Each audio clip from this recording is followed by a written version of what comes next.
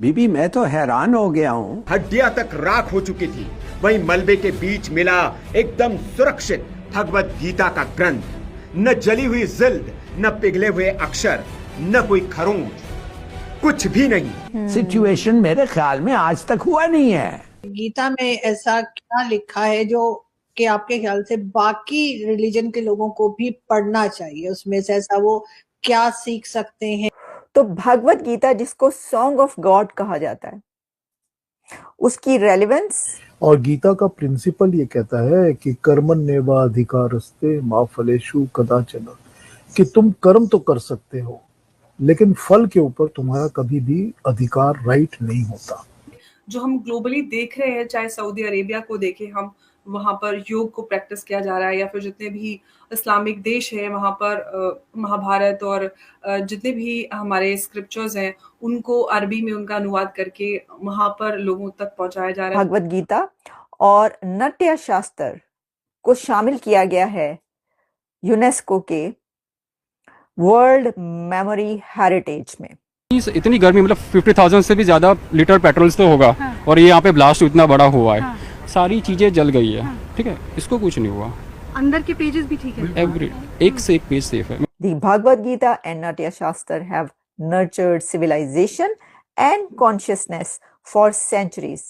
Their insights continue to inspire. तो दोस्तों, Ahmedabad plane crash जो हुआ है उसमें से जो तस्वीरें निकल के आई थी वो लोगों को विचलित कर दे रही थी, और अभी भी सोशल मीडिया पर बहुत सारे वीडियो और बहुत सारी तस्वीरें वायरल हो रही हैं। लेकिन एक तस्वीर इसमें से ये वायरल हो रही है कि जो एक व्यक्ति है उसके हाथ में भगवत गीता है, और बताया ये जा रहा है कि ये जो किताब है ये प्लेन के अंदर ही थी और सारा कुछ, इतना बड़ा हादसा हो गया, सब जलकर राख हो गया। लेकिन ये किताब जो है इसको कुछ नहीं हुआ, इसके ऊपर कोई आंच भी नहीं आई, और बहुत सारे लोग इस पे बातें कर रहे हैं, बहुत सारा मीडिया भी इसके ऊपर बातें कर रहा है कि जब इतना बड़ा हादसा हुआ और सारा कुछ जलकर राख हो गया, यहाँ तक कि लोगों की हड्डियां तक जल गई, उसके बावजूद भी ये किताब जो है ये सुरक्षित कैसे रह गई, और ऐसा क्या इसमें अद्भुत शक्ति थी जो कि इस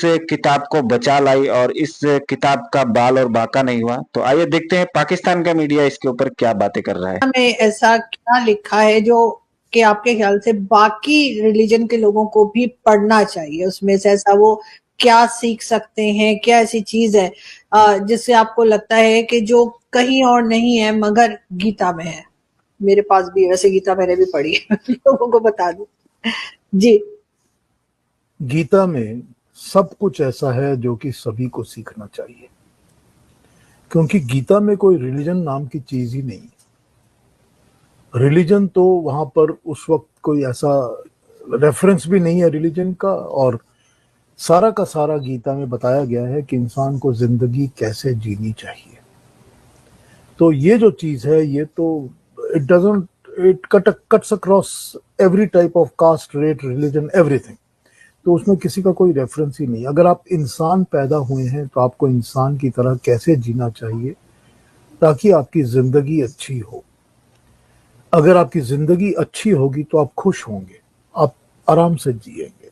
तो उसके लिए करना क्या चाहिए, ये बेसिक्स हैं सारे जिंदगी के जो गीता में समझाए गए हैं। और गीता का प्रिंसिपल ये कहता है कि कर्मण्येवा अधिकारस्ते मा फलेषु कदाचन, कि तुम कर्म तो कर सकते हो लेकिन फल के ऊपर तुम्हारा कभी भी अधिकार, राइट नहीं होता।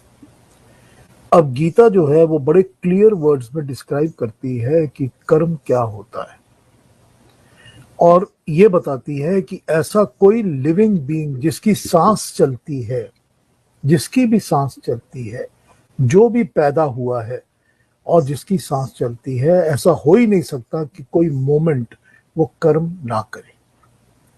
वो कर्म कॉन्स्टेंटली करता रहता है। कर्म क्या होते हैं? कर्म होते हैं मनसा वाचा कर्मणा, मन से बोले किए गए कर्म, मुंह से आवाज से बोले गए कर्म, और किए गए कर्म, एक्शन से किए गए कर्म। तो जब मैं इस वक्त कुछ सोच रहा हूं, जो भी सोच रहा हूं वो मेरा कर्म है। इट इज ऑलरेडी अ कर्म डन। मैंने सोच लिया कि मेरे सामने आरजू बैठी है और मैंने तो आज आरजू की खिल्ली उड़ानी है। अब मैं करूं या ना करूं, मैंने सोच तो लिया ना। जैसे ही मैंने सोचा वो एक कर्म हो गया। उस कर्म का कर्म फल मिलेगा। ऐसा नहीं है कि कर्म फल मिले बिना कटेगा। कोई कर्म फल मिले बिना नहीं कटता। सर कर्मा की बात कर रहे हैं ना आप, कर्मा जो कहा जाता है। आप कर्मा बोलते हैं, हम लोग उसको कर्म बोलते हैं ना। तो जब इंग्लिश में उसको लिखते हैं तब तो उसको बोलते हैं कि कर्मा, और जब हिंदी में बोलते हैं तो हम उसको कर्म बोलते हैं।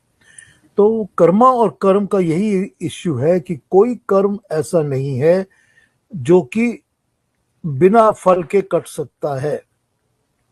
तो हर कर्म का आपको फल तो भुगतना ही पड़ेगा।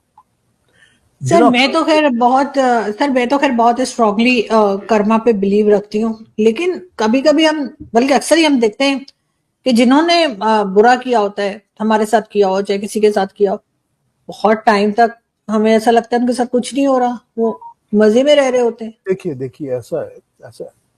मेंटल कर्मों की बात कर लीजिए आप, कि आपके माइंड में जो चल रहा है सुबह से लेकर अभी तक, कितनी माइंड के अंदर कर्म हो गए।